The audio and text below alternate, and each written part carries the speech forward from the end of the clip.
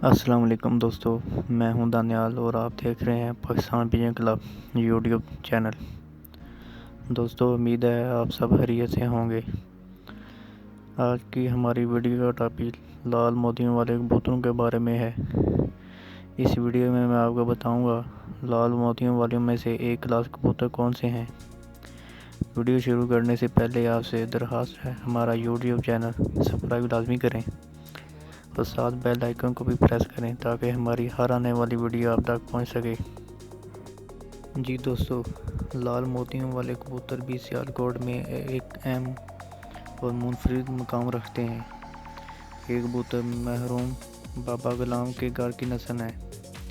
ये कबूतर परवाज़, अक्ल और सियान में 35 वाले कबूतरों के हम पला समझे जाते हैं।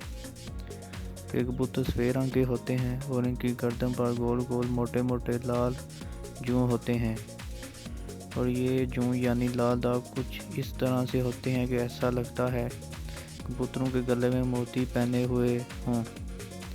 इसलिए इन कबूतरों को मोतियों वाला कबूतर कहा जाता है। इन कबूतरों में एक क्लास कबूतर वो होंगे जिनमें दर्ज ज़ायद खसूसियात मौजूद हों। चोंच मोमी हो, पंजे खुश्क हों, पंजों की तली में गोदा कम हो और नाहन सफ़ेद रंग के हों, जबकि आंख की ज़मीन का कलर आसमानी जिस पर गहरे नीले बारीक ज़रात जाल बनकर फैले हुए हों। आंख की पुतली बारीक और पुतली के गिर्द हल्का फ़िरोज़ी रंग। इस नस्ल में जिन कबूतरों में खसूसियात मौजूद हों वो एक क्लास कबूतर होंगे।